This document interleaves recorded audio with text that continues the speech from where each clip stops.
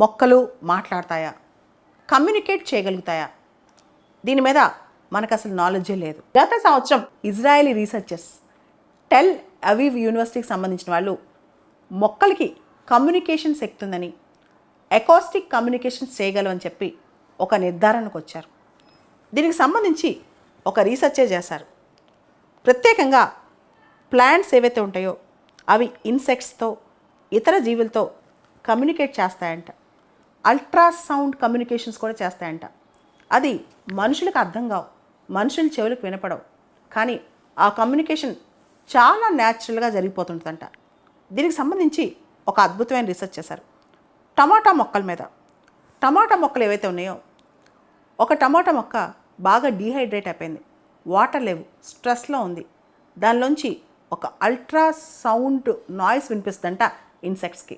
ప్రత్యేకంగా ఇవి పురుగులు అనమాట, పట్టు పురుగులు, మాత్స్, అంటే సీతాకోక చిలుక ఎవల్యూషన్ టైం అనమాట. సో ఈ పట్టు పురుగులు ఇవి ఎగ్స్ పెట్టాలంటే ఈ మాత్స్ గుడ్లు పెట్టే చోట వెతుక్కుంటాయి. ఏదైతే డిస్ట్రెస్ కాల్లో ఉందో, ఎక్కడైతే డీహైడ్రేషన్ ఉందో, ఏ మొక్క అయితే అన్హెల్దీగా ఉందో ఆ మొక్కలోంచి వచ్చే ఆ కమ్యూనికేషన్ బట్టి, ఆ అల్ట్రాసౌండ్ కమ్యూనికేషన్ బట్టి అక్కడ అవి గుడ్లు పెట్టకుండా హెల్దీ మొక్కల దగ్గరికి వెళ్ళి పెడుతున్నాయంట. ఎందుకంటే గుడ్లోంచి ఆ లార్వా ఏదైతే వస్తుందో అది ఆ మొక్క పైన డిపెండ్ అవుతుంది కాబట్టి అన్హెల్దీ మొక్క దగ్గర కాకుండా హెల్దీ మొక్క దగ్గరికి వెళ్ళి పెడుతున్నాయంట. ఈ అన్హెల్దీ ఏదైతే డిస్ట్రెస్ కాల్లో ఉందో, డీహైడ్రేట్ అయ్యి ఉందో ఆ మొక్క కమ్యూనికేట్ చేసిందంటే అల్ట్రాసౌండ్తో, నేను ఇలా డిస్ట్రెస్ కాల్లో ఉన్నాను, నేను డీహైడ్రేట్ అయి ఉన్నాను అని చెప్పి. సో ఈ రీసెర్చ్ చూసిన తర్వాత మనుషులకు అర్థం కాని భాష మొక్కలు మాట్లాడతాయి. జనరల్గా మొక్కలు కెమికల్ రియాక్షన్ కానీ రకరకాల విజువల్ రియాక్షన్స్ కానీ చూపిస్తుంటాయి. ముఖ్యంగా ఫోటోసింథసిస్ లాంటివి కావచ్చు. అయితే మొక్కలు కూడా కమ్యూనికేట్ చేయగలవు. ముఖ్యంగా ఈ మాత్స్, పట్టు పురుగులు ఏవైతే ఉన్నాయో బాగా డిస్ట్రెస్లో ఉన్న టొమాటో ప్లాంట్స్ దగ్గర పెట్టకుండా హెల్దీగా ఉన్న ప్లాంట్స్ దగ్గర పెట్టాయంట. మొక్కల నుంచి వచ్చే సౌండ్స్ బట్టి, మనుషులకు వినిపించవు ఆ సౌండ్స్ అనమాట, ఆ సౌండ్స్ బట్టి రకరకాల ఇన్సెక్ట్స్ కానీ జీవులు కానీ రకరకాలుగా రెస్పాండ్ అవుతూ ఉంటాయంట. దాంతోపాటు ప్లాంట్స్కి ఎమోషన్స్ ఉండవు. చాలామంది అనుకుంటారు మొక్కలు ఏడుస్తాయా, మొక్కలకు మనసు ఉంటుందా అని. Plants are not sentient beings.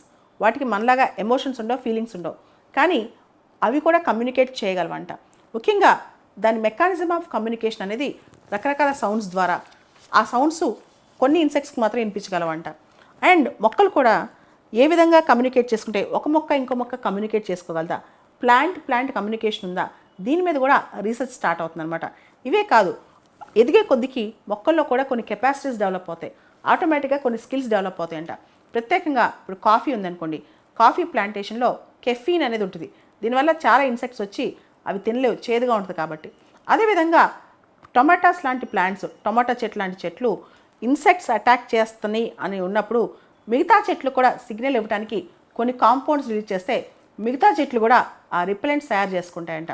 అదేవిధంగా స్పినాచ్ కావచ్చు, పైనాపిల్ కావచ్చు, కివి కూడా చిన్న చిన్న ముళ్ళు లాంటి పదార్థాలు వాటిలో తయారు చేసుకున్నాయి. ఎందుకు? ఇన్సెక్ట్స్ తింటే, వామ్స్ కానీ అవి తింటే కనుక ఆ ముళ్ళు ఇరుక్కుని అవి వచ్చి తినమన్నమాట రెండోసారి. మనకు కూడా మన పైనాపిల్ కానీ కివి లాంటివి తింటున్నప్పుడు చిన్న చిన్న ముళ్ళు లాంటి గొంతులు తగులుతూ ఉంటాయి. చిన్న చిన్న ఇన్సెక్ట్స్ అవి తినలేవన్నమాట. కాబట్టి ఆ న్యాచురల్గా ఆ రెసిస్టెన్స్ అనేది తయారు చేస్తూ ఉంటాయి అన్నమాట. ఇవన్నీ కూడా మొక్కలు కూడా తెలివితేటలున్నాయి.